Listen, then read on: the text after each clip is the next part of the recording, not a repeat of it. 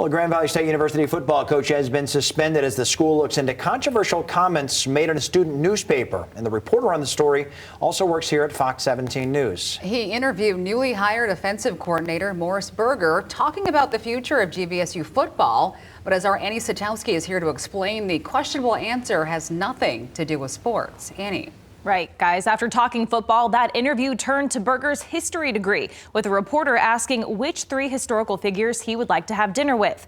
One of Berger's picks, Adolf Hitler. We spoke with the editor of that student newspaper, the Lanthorn, and a member of GVSU's Jewish fraternity, who both say the comments are concerning.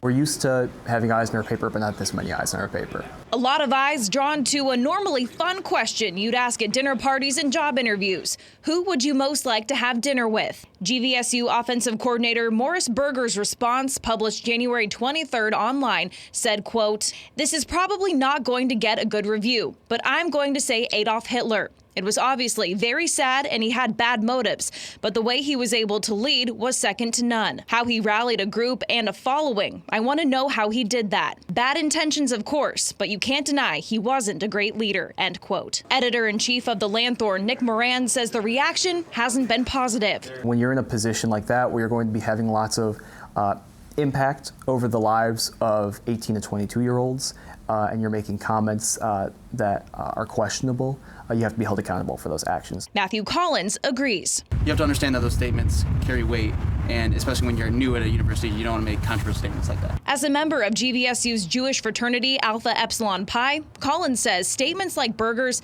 impact everyone differently. I don't want to judge him as a person. Obviously, there's certain things that happen, but in the same aspect, he did preface his statement by saying, you know, this may not be popular with certain people. Moran says when the article first came out, it didn't take long for the university to get involved. Initially, so the piece was published on Thursday, and we had gotten pushback from a representative from the athletic department at GVSU who had called and requested that that portion of the interview be removed. And Berger has since been suspended pending a university investigation. I didn't want them to rush to judgment. Obviously, in this day and age, that statement can, you know, have a knee-jerk reaction. So I appreciate that they are taking the time to gather all information. But I think that in the end, we should just see where it goes. Now, we reached out to GVSU today. They sent us 2 different statements. The first saying that Coach Berger's statements do not reflect those of GVSU and that an investigation is again underway. And when asked if someone in the athletic department did ask for Berger's statements to be removed from the online article, they said, quote, "Grand Valley State University is committed to the editorial independence of the student newspaper, the Lanthorn.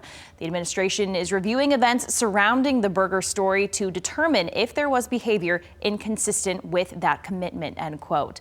Now, Moran says they did remove that portion of the interview when asked to, but they added it back in later in less than a day. The story, of course, getting a lot of attention with publications like the Huffington Post and ESPN also reporting on it. In studio tonight, Annie Satowski, Fox 17 News.